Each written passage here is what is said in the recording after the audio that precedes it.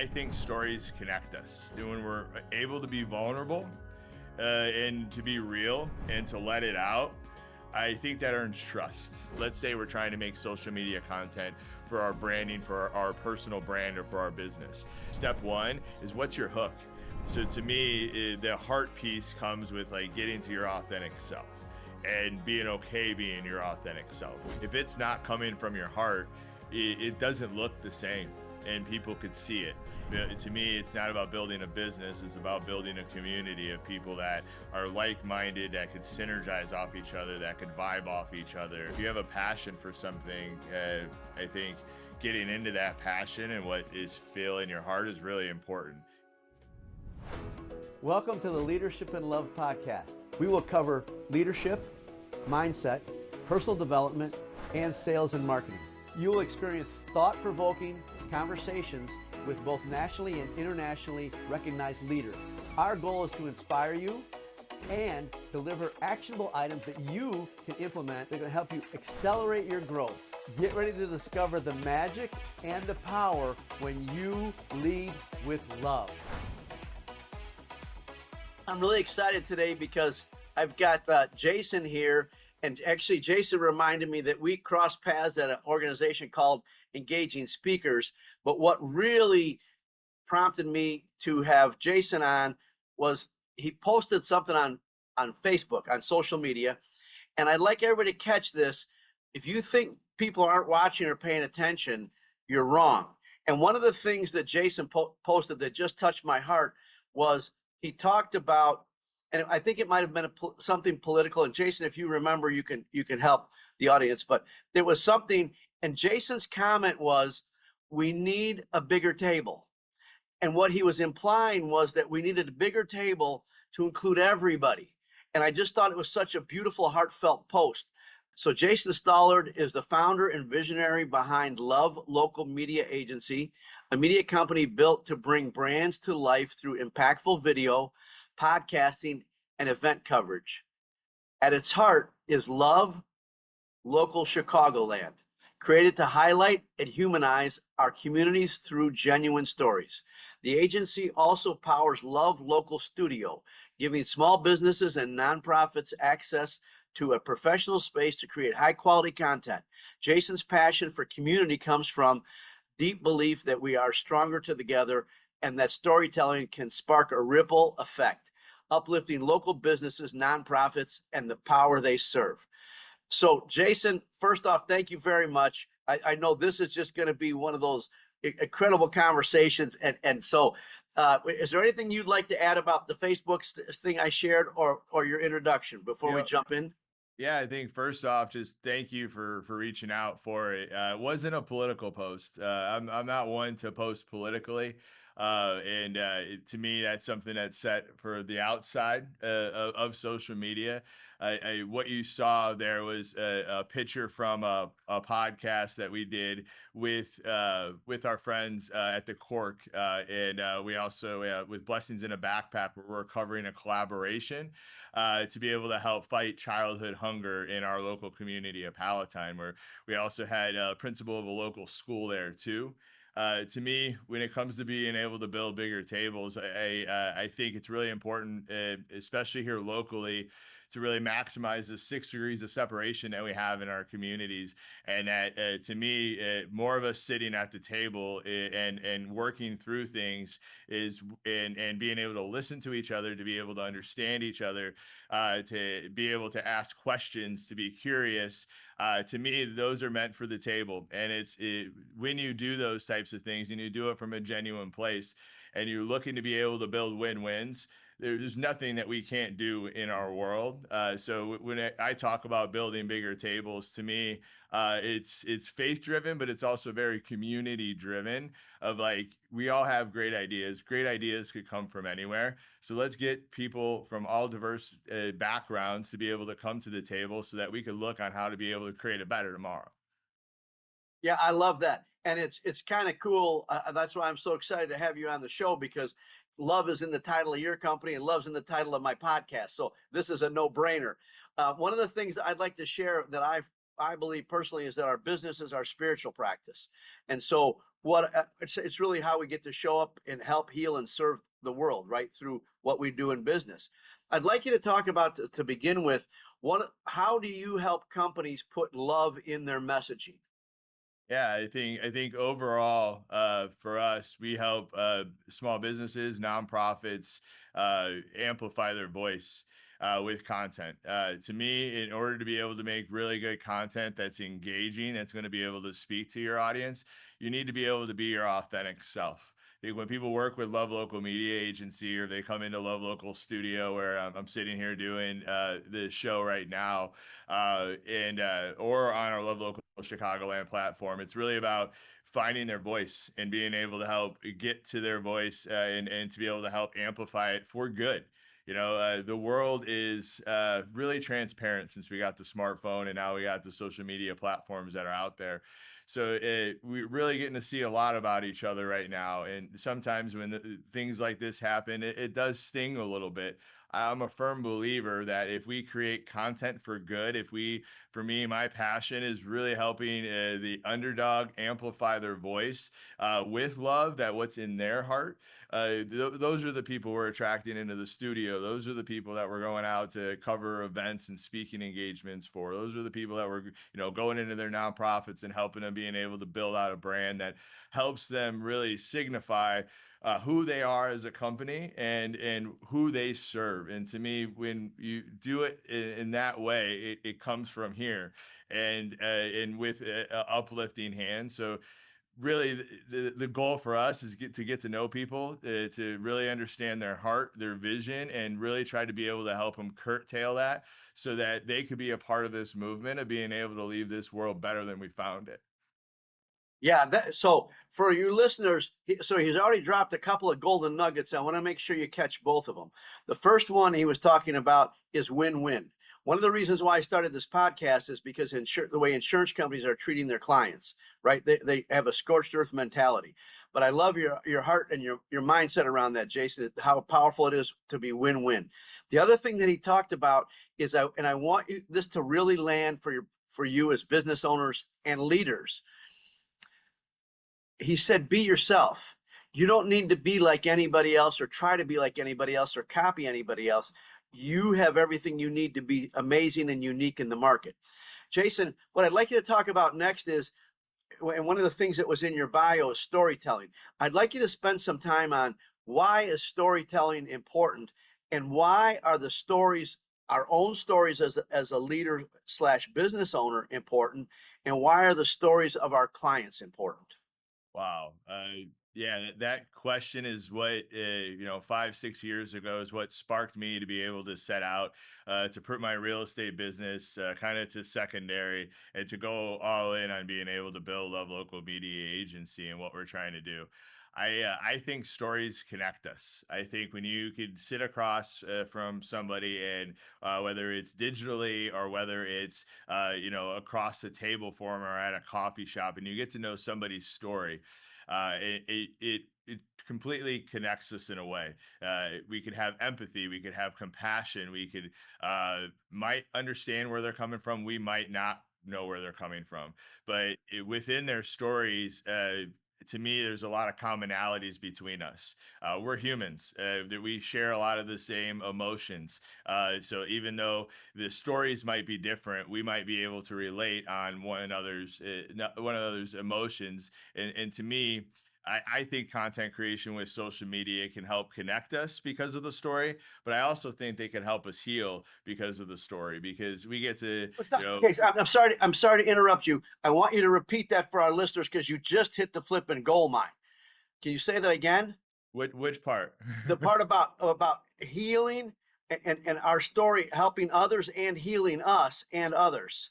Yeah, for sure. I think stories connect us, and I think when they connect us, and we let our guard down, and they can also help us heal, and help us grow, and help us live the best lives possible. An example of that would be, we in our studio we have Fellowship Housing, which is a nonprofit that empowers single moms to be able to build a new legacy. And to me, that is when making content for that and being able to do it in that way. There. being able to connect with moms in their at midnight when their mom is going through their algorithm, and all of a sudden that comes up and speaks to them.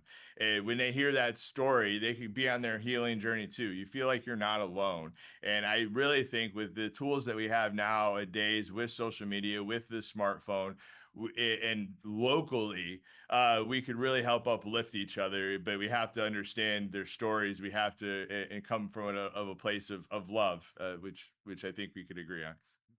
Yeah, without a doubt. And I think one of the things that's important that I think that people often don't understand or maybe underestimate is one, the power of their story, and two, how it makes them real to the audience. Can you talk about that a little bit? Why that their own story is so important, and how that really makes them real in the market? Wow, what a great question. I think our own stories, and when we're able to be vulnerable, and to be real and to let it out, I think that earns trust. Life's hard. Being a human is hard. There's waves of life that come with being a human, and they're hard. So within our stories, we all have the ups and the downs. So as a business owner, when we could come out with our own stories, when we could lead with vulnerability, when we could lead with humility, and just being real, we earn trust with who we want to be able to work with, in my opinion. Yeah, I think that that's very accurate. That's the kind of trust that you can't get anywhere else, right? What are a couple of tips if somebody is wanting to stick their toe in the pond, so to speak, and they haven't really been doing anything with marketing? And I'm a big advocate of what you're doing and how you're helping companies, because I put out videos and do these kinds of things, and I'm out in the public speaking, and because I think it's really important in today's world that we have our image or our reputation, whatever you want to call it, out there. What would some of your like top 3 or 4 tips be for somebody that's really hasn't messed with social media and or videos and that kind of stuff? What are some things they could do that would be pretty easy out of the gate to kind of just get into the game? Yeah, it's great. I think if you don't have much experience with it, I think finding your voice is important. So journaling, I think, which is non-tech related, but what are you trying to say? What are you trying to articulate? I think it starts there. I think from there, we have these phones that are supercomputers in our pockets now. And I sucked on video in the beginning, and my video journey was in 2017 when I first started, and it was so horrific. And you being a speaker, me speaking in front of people was so horrific. But so I had a mentor at that time tell me to be like, stop judging yourself, have grace for oneself. But it just start. And he had me do 30 videos in 30 days. And he was like, you don't have to post any of them. I think I posted 2 of them. So you're dropping golden nuggets. What he just said is, so again, if you haven't been playing in this field, 30 videos in 30 days. They don't have to be 10-minute videos. They can be 30 seconds, 60 seconds. Stand in front of a camera and do 30 videos in 30. And what he just said was he didn't use all of them. He only used a couple, but it gives you the practice. This is all a learnable skill. Thank you for letting me interrupt, but please go on. Absolutely. It's reps at the end of the day. And more just like anything else, chisel upwards into it. I could tell you I didn't like what I saw when I first did video, and that was something that I had to work through. What I realized when I started doing those 30 videos in 30 days is it actually wasn't as bad as I thought. And my self-talk that would stop me or not have me going forward wasn't really real. I wasn't as bad as I thought. So I learned from that, and then I chiseled upwards. I think from there, I think it really looking at like the framework of like what are you trying to be able to make. So let's say we're trying to make social media content for our branding, for our personal brand, or for our business. To me, a tip that I give everybody is you need to keep it concise, and you need to be able to get to the point in a very short period of time, because in order to be able to keep people there. So there's really a 3-step process to videos, in my opinion, for social media. With you don't always use the 3 steps, but you definitely always use the two. And the step of the framework is really step one is what's your hook?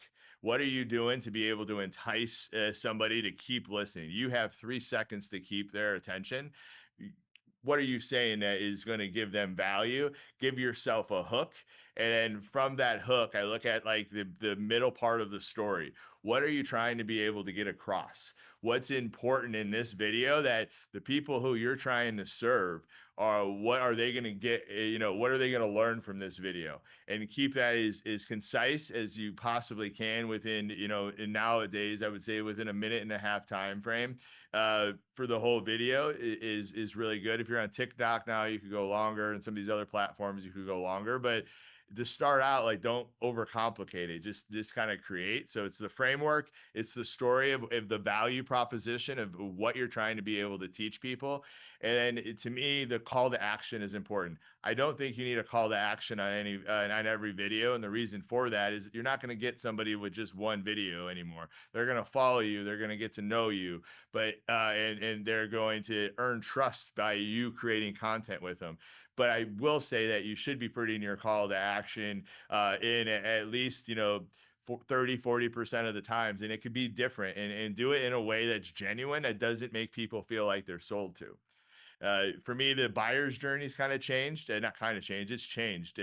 Louis, you've been doing business for a long time. People used to come to you earlier, I would think, in the process to be able to understand the needs of what this is. Now people learn on social media. Now people are Googling. So time they get to you, they're really warm and ready to be able to convert. And to me, social media helps us be able to do that. And again, earn that trust and that credibility. Yeah, that is very, very important. And again, for our listeners, I want to repeat a couple of things that he said that are really critical. And I want to tie two pieces together. The way you keep yourself from rambling on is exactly what Jason said at the beginning, and that is write down what you want to say. Again, you want to write down what you want to say. And powerful things when we write, because we all learn one of three ways, right? By hearing it, by seeing it, or by doing it. When you write it down, you got all three of those modalities of learning going on. And I want to reiterate, so he talked about a hook.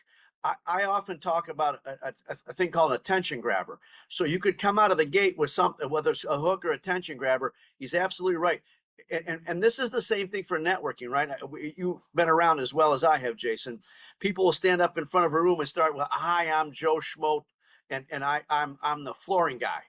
Okay, that's not interesting. That's not a hook, and it didn't grab my attention. You sound like the lady. "Hi, I'm Joni Smith. I'm the realtor." Everybody stands up and says that. I never said. I'll start with like a true or false or a quote or something. So I love the hook idea. He said this about the middle, and I'd like you to talk about this, Jason. I think one of the problems people have in any presentation is they're scattered.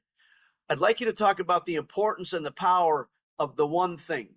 What's the one thing, the one point they want to get across? Can you talk about that, please? Yeah, none of us have a bunch of time anymore, so being concise is important, and being able to get to your point quickly is important. So to me, within that middle part is being intentional and being concise without giving them too much information. I would also look at it as, like, at the end of the day, especially for business owners, you want them to reach out to us. So we don't have to give them everything. But we do have to be able to help solve whatever that hook was, or at least get them one step closer to where they want to be able to go. So to me, being concise, being intentional with what you're doing, and not trying to fit everything in, which is something I struggled with early on, but just trying to get that hook across in that short period of time so that you could continue educating your audience. Yeah, thank you. And so now I'd like to talk about calls to action. What are your suggestions on a call to action to get people? Because one of the things I love is getting them, if nothing else, get them into your database, right? So what are your thoughts around calls to action on these videos, and how can people implement it for bigger results sooner and faster? I think a lot of it depends on, is it organic traffic, is it ad traffic, those types of things. But just like you would, in a meeting, or if you met somebody, hey, if you're looking to be able to, get auto body repair, think of me. I would appreciate it. Or for us at Love Local, if you're looking to be able to create, if you want to, make a podcast, if you want us to come out and cover your keynotes, we would love the opportunity to do that. And but to me, it should be genuine to you. But it shouldn't be salesy anymore. I think the salesy piece is people want to feel more of this. They want to feel more of that heart. So one of the things that Jason keeps doing, for those of you that are listening and not watching, he keeps putting his hand over his heart. And so I knew you were going to be a great guest, because again, he keeps touching his heart. And what he's talking about is when it comes from your heart. And this is, I learned this from an old piano player years ago, but anything that comes from your heart will touch your heart. So I'd like you to talk about now how people can put heart in their videos and into their marketing in general. I think everybody's journey is different when it comes to being able to get your heart there. I'll come from myself in the content creation process. I struggled with the heart piece in the beginning.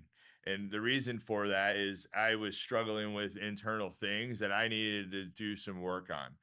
So to me, the heart piece comes with like getting to your authentic self and being okay being your authentic self. To me, a quote, I'm a hip hop fan, and it's a quote that's out there by an artist that I truly like. It's called, I'm not the artist, I'm the canvas. And to me, the canvas comes from within the heart, and heart and the mind are connected.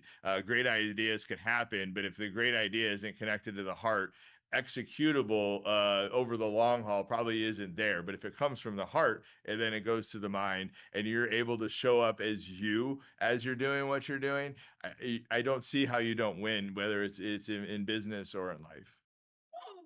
Oh baby, you knocked that thing out of the park. So listen, everybody, I want you to catch it. That's probably one of the most profound things anybody said on my podcast, and I'm about 45 episodes into this bad boy. What he just said, and he pointed to his head and he pointed to his heart. And I want you to understand the power of that. If it comes from your heart and it's a good idea, or if it starts in your head and it's a good idea and it doesn't make your heart go pitter patter, it's really hard to follow through on it. You'll give up or you'll quit, right? And Jason's nodding his head. The other thing that's the powerful, how profoundly wise that is that when it comes from your heart and you're passionate about it, you'll jump out of bed every day to go do it. If it's some idea you've come up with just to hustle people or to make more money, it's never going to work because your heart's not in it. And I'd like you to talk about this, Jason, because I don't think people understand this.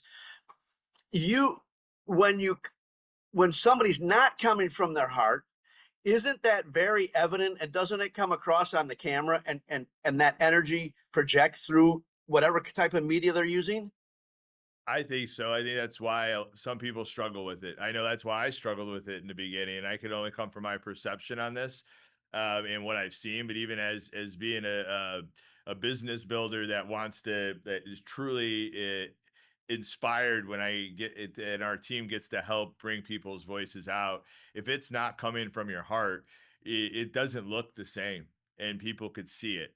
And I personally think, this is my opinion, I think that's why some people struggle with video, is because they're not happy with whatever that is. And maybe it's not coming from their heart, but they have to do it for whatever reason.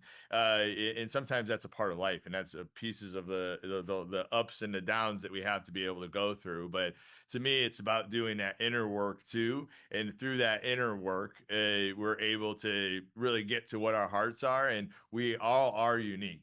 We shouldn't be comparing ourselves with Joe or with Susie or with anybody else. We should be like, well, sitting in stillness, understanding what, what's coming out of us. When we sit in stillness, I think we get to listen, and we get to understand, like, what are we supposed to be doing next. And sometimes we always want to look at that next self-help book or that next thing, and we're taking it in, and we're trying to be like somebody else, when in all reality, if we take care of our bodies, if we're giving ourselves rest, and we sit in some stillness, and we put down the phone sometimes, we really could listen to what our heart is trying to be able to say, And that might be scary. Let's be real. It might be scary, but it also might be something that if you continue to pull back the onion and the layers on it, like it could be abundant in life. It really can be, but you have to get there first. And that's more than media. That's more than anything else.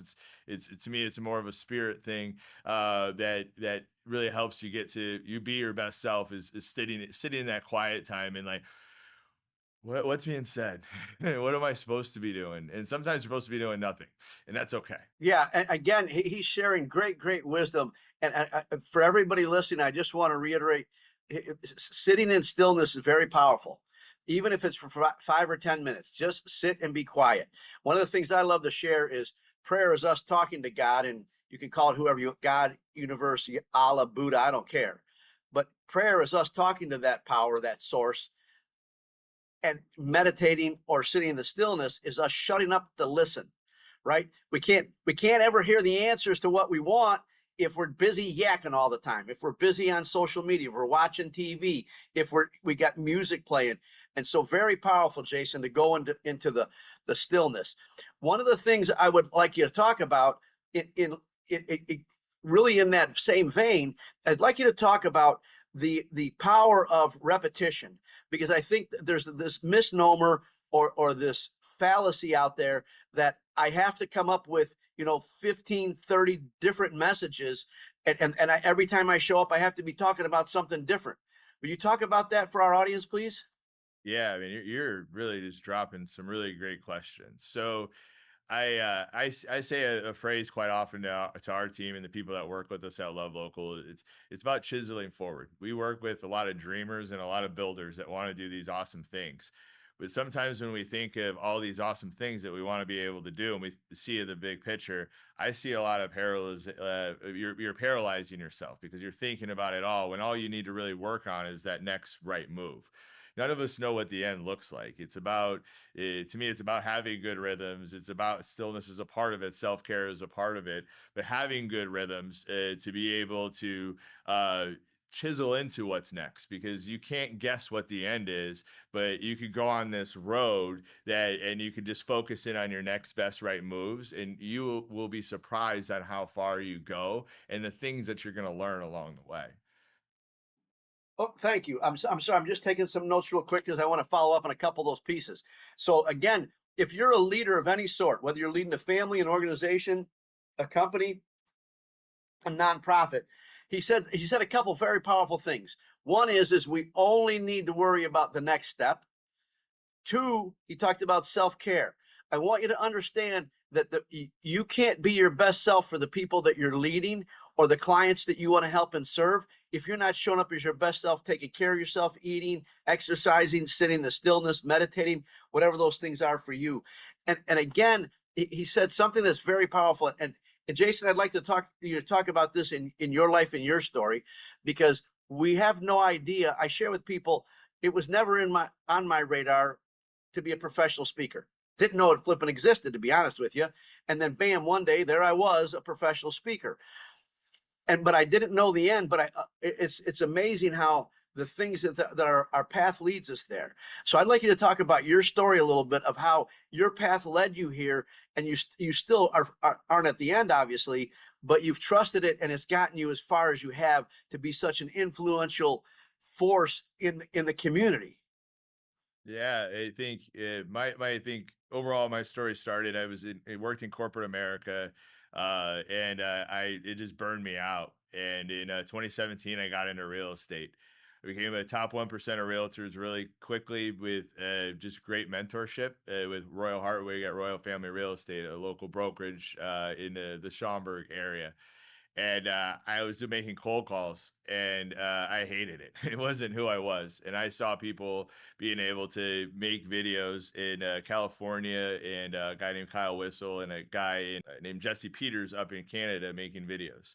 For me, I became obsessed with videos at that time and started, going out in front of businesses and like in the community and be like, yo, I'm here at the taco shop. I'm here, at Chicago Culinary Kitchen. I'm here at Palatine Inn, whatever that would be. And algorithm was much more friendly at that time, and we were getting a lot of views, and I was getting seen and known around the community and that we served. And COVID hit, and we were in the beginning of COVID. We thought that we were going to be able to do this diners, drive-ins, and dives type thing. We were going to start getting this professional equipment that now we carry, and we were going to go out and create in the community. And during that time frame, I kind of hit a wall in that March April area. I had some inner work that I needed to be able to work on. Then I got a call from a videographer that I worked with, and he was like, "I'm ready to go create. It's got to wear a mask when we go out." And we started creating. And very quickly, I realized that this was so much more than real estate branding, and it was more about the 6 degrees of separation within our community. At the end of the day, I was talking with people from all different walks of life and with different views. And what I saw was they were struggling with the same things, that they were going through the same things. Then I was also seeing, as we got over 1 million views in a pretty short period of time, that I really couldn't go to the store, or I couldn't go into, the downtown area or go out to eat with my wife locally without getting noticed. What I learned then is that the 6 degrees of separation in our communities are really, really real.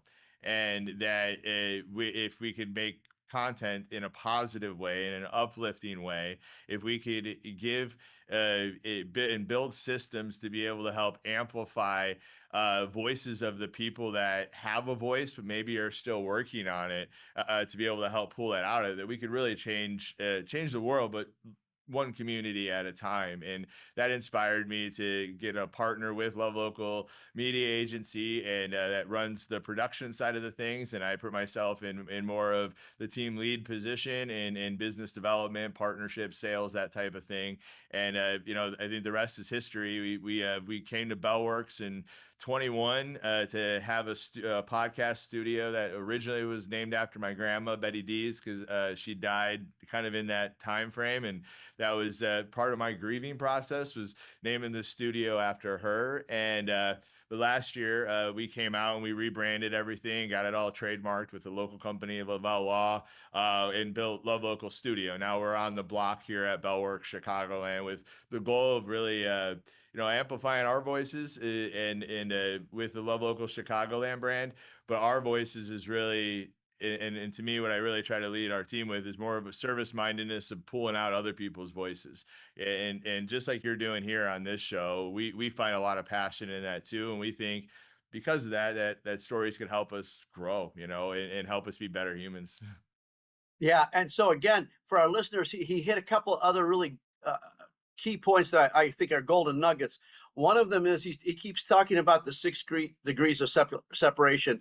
And for those of you that aren't familiar with it, there's a time that at some point the joke was everybody's 6 people away from Kevin Bacon, right?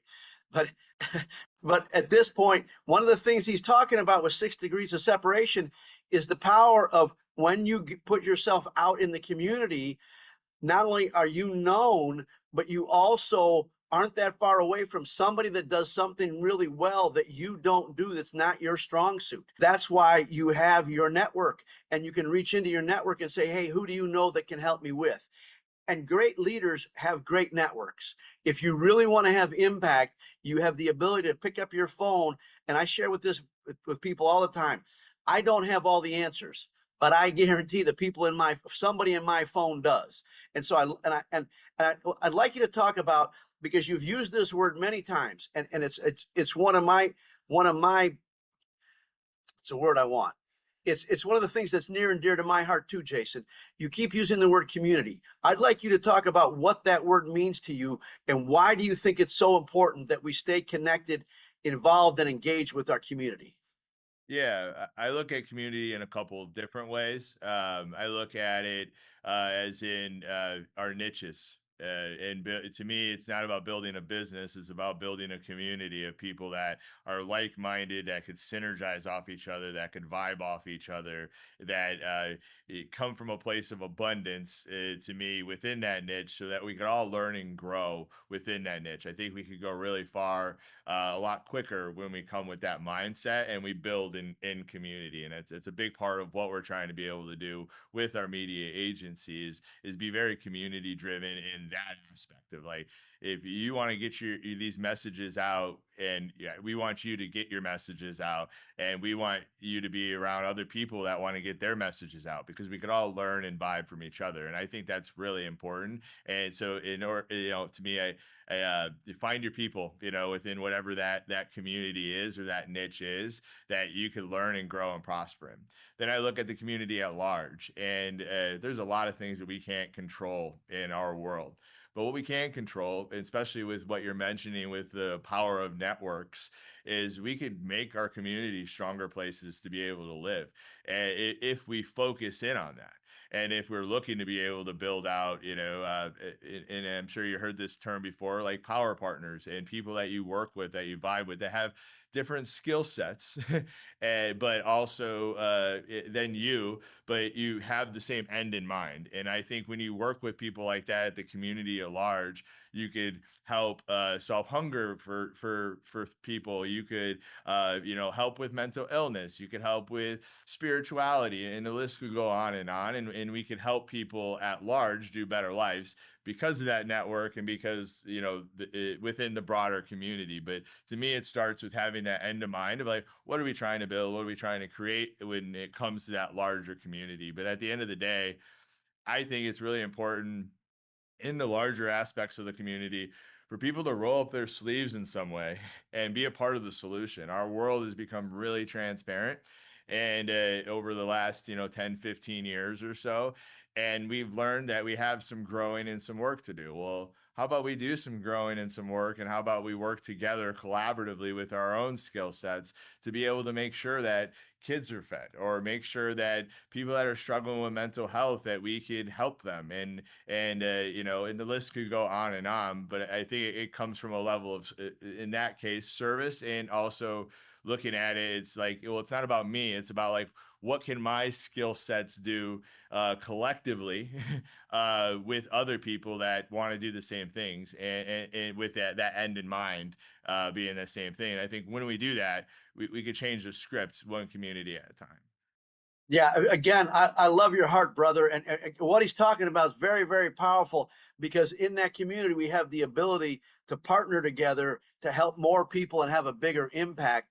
And one of the other things he talked about, again, as a leader, there is a lot more power in collaboration than thinking that you're an island and competing. One of the things I share with people, you know, it's amazing to me, but most companies, and I do business consulting as well as professional speaking, most companies could not handle an influx of 100 people. Their business would be overrun, they'd be overwhelmed. Yet they think that they have to compete with even other people in the market that are doing the same thing, when those are also your allies, right? And I love your heart around this community thing, because I think that the more that people realize, yes, we have to get up off our butts and take action, and the more that we do that, and a couple powerful things. And I'd like you to talk about this, because I know you and I are doing some very similar things in different ways. But I'd like you to talk to the audience about how that power of getting off your butt and taking action, and even volunteering at nonprofits and those kinds of things, you meet and make connections with people you would never cross paths with.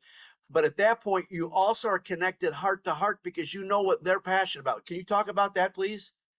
Yeah, I mean, I think it goes back to, like, chiseling into what you're doing, right? If you have a passion for something, I think getting into that passion and what is filling your heart is really important. And you're going to be around other like-minded people that might have similar views on the end in mind, or something close. You also talked about collaboration, and I think collaboration is the way that we could really do some really amazing work in our world, and we could truly leave this place better than we found it, because we're stronger together at the end of the day, especially when we're going after this common thing. And to me, getting off. Some of us, it's time or it's money, right? In a lot of cases, and to me, not everybody could do money, but can you give a little time? Or if you can't do time, can you give a little bit of money? And it could be $10 a month. It could be whatever that is, or it could be an hour a month, whatever that is.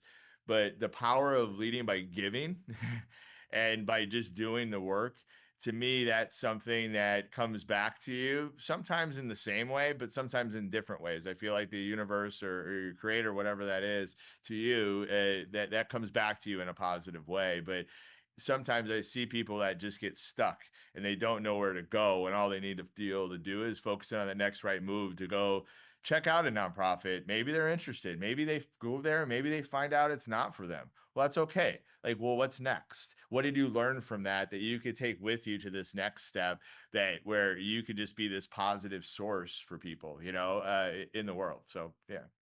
It's very, very powerful. And so one of the things he talked about, I call it the boomerang effect. But what Jason just touched on is, again, as a leader, very important. Whatever you're putting out is headed right back at you. It might not come back from the same source, or it might show up in a different way, but it's coming back at you. That's one of the reasons why both of us are so adamant about this thing called love.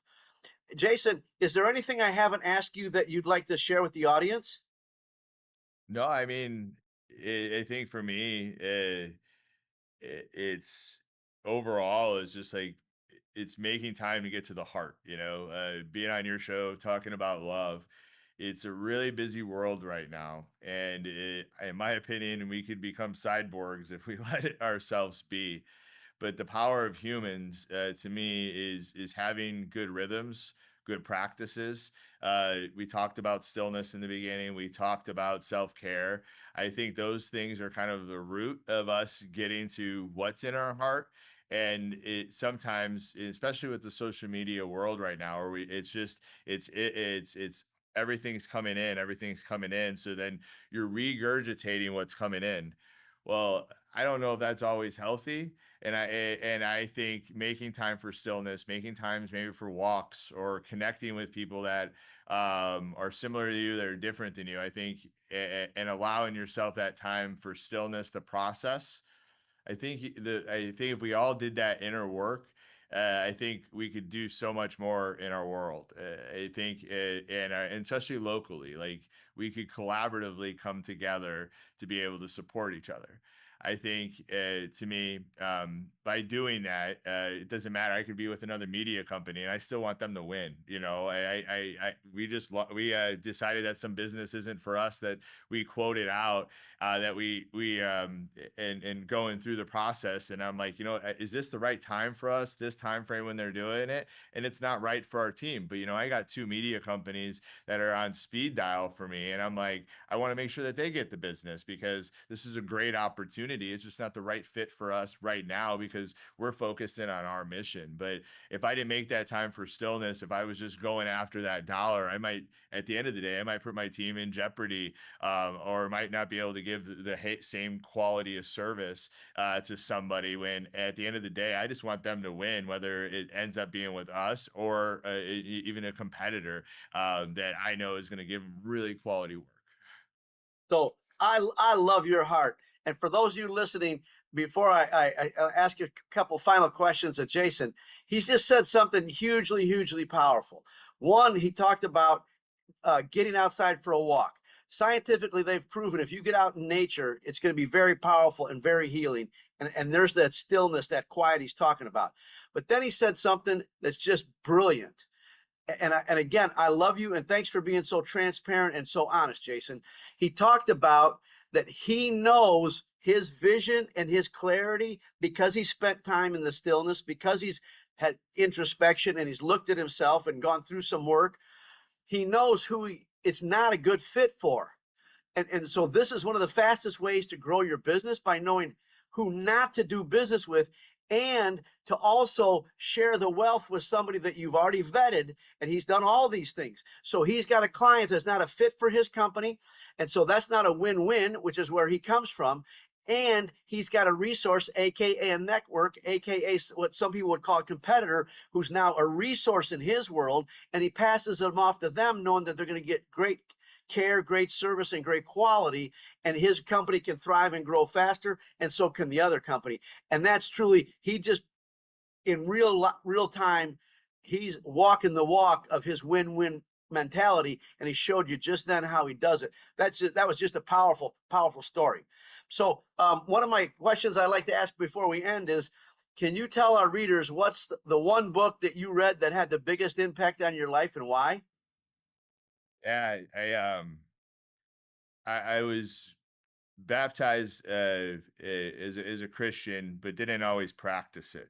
Uh, Through the waves of life, through struggle, I mean, the Bible, hands down, has changed my life. And spending time in it, reflecting in it, reading books around the Bible that help me learn and understand more about this life, and also great principles. For me, it's Jesus and those principles of leading with love, leading with kindness, with leading forgiveness, with leading with mercy and justice, and the list could go on and on.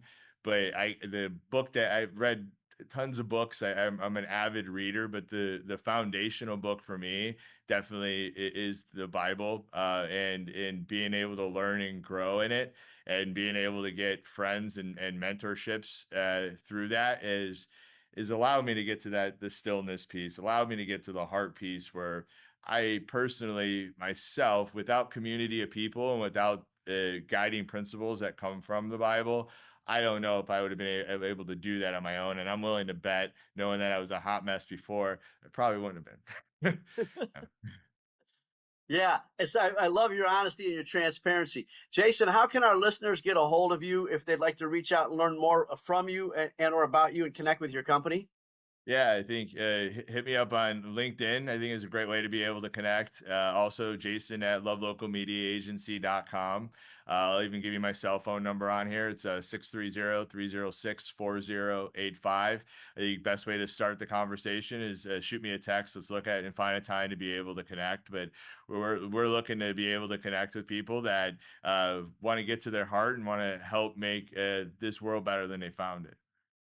Oh, God bless you, brother. So one of the things we do, listeners, is all his information. We'll also put it in the meeting notes, so it'll all be there for your access as well. Jason, again, from the bottom of my heart to your heart, I love you, brother, and thanks for taking the time. This was just an awesome conversation. My pleasure, and thanks for the opportunity. And I'm glad we're connected. I look forward to getting to know you more as we continue to evolve. Thanks again for joining us and listening to this episode of Leadership and Love. I would like to challenge you to ask yourself, what's one thing that you heard today that you can implement immediately to improve your leadership and accelerate your growth? If you've gotten value out of this episode or learned something that you can implement today, we'd ask that you please share it with those that you care about. Our goal is to create more leaders who are leading with love.